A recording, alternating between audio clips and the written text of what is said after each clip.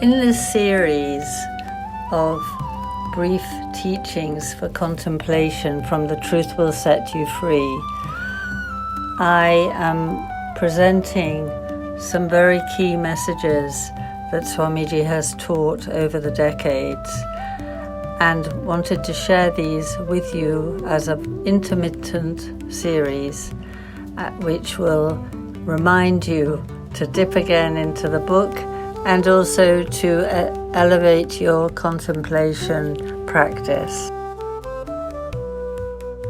The introduction of yoga into everyday life is more essential now than ever.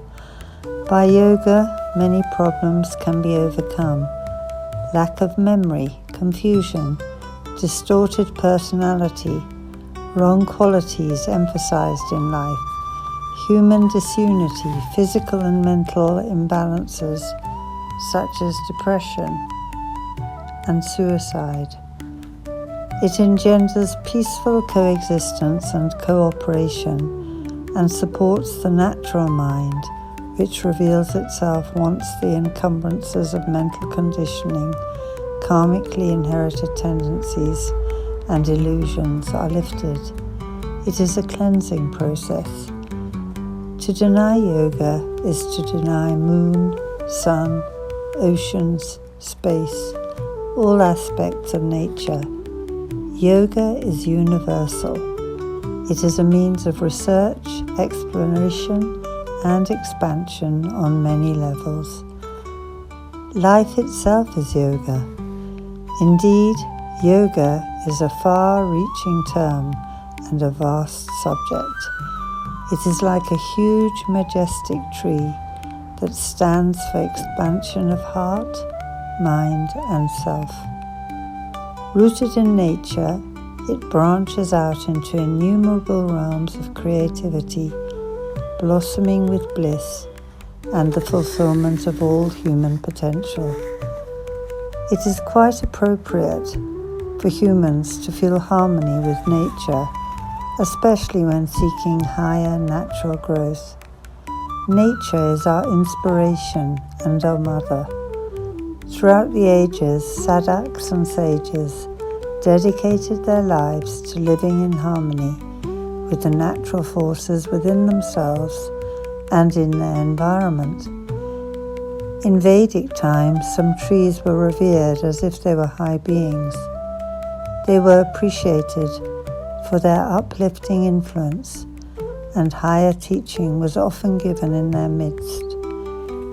It is a scientifically proven fact that trees create a change in the atmosphere, known as negative ionization, which affects the brainwave pattern of humans, causing the alpha state, which one experiences in the first stages of meditation.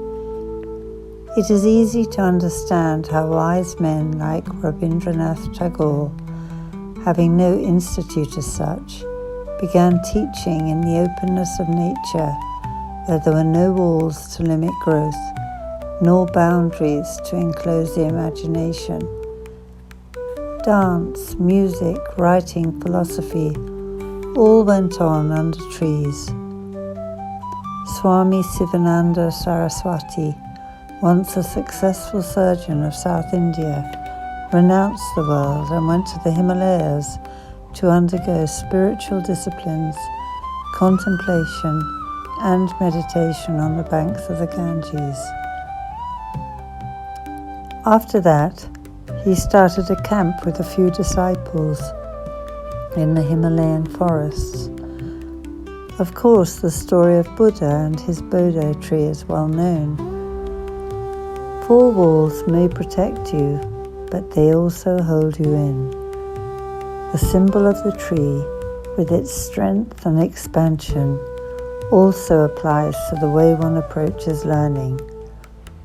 One must be receptive, open, without clinging to conditions of mind, mental walls, without preventing one's own expansion by forgetting one's roots, one's nature. The body is the first and obvious reality. The mind is the relative reality. The self is the ultimate reality.